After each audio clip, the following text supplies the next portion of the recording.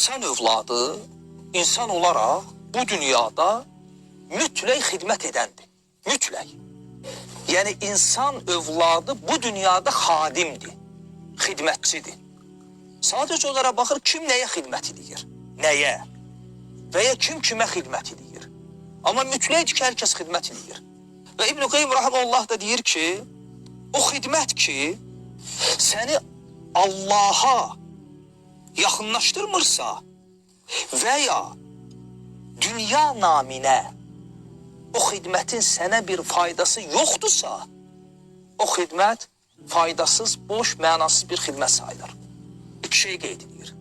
O xidmət ki, ya səni Allaha yaxınlaşdırmalıdır, ya da o xidmət ki, dünyalıq sənə nəysə qazandırmalıdır.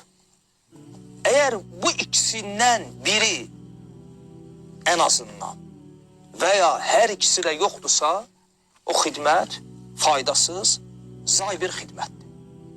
Məsələn, misal üçün, siqaret çəkmək xidmətdir ya yox? Bədənə xidmət edirsən də, dırnaq arası xidmətdir. Ona görə biz bayaqlar dedik, qəlbdir ya yox? Qəlbdir, amma ölü qəlbdir. Elmdir ya yox? Elmdir, amma faydasız elmdir. Bu da xidmətdir.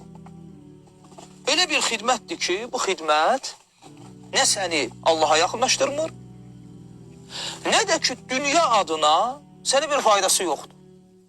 Yəni, bir adam siqaret çəkirsə, misal üçün, bu boş bir əməldir.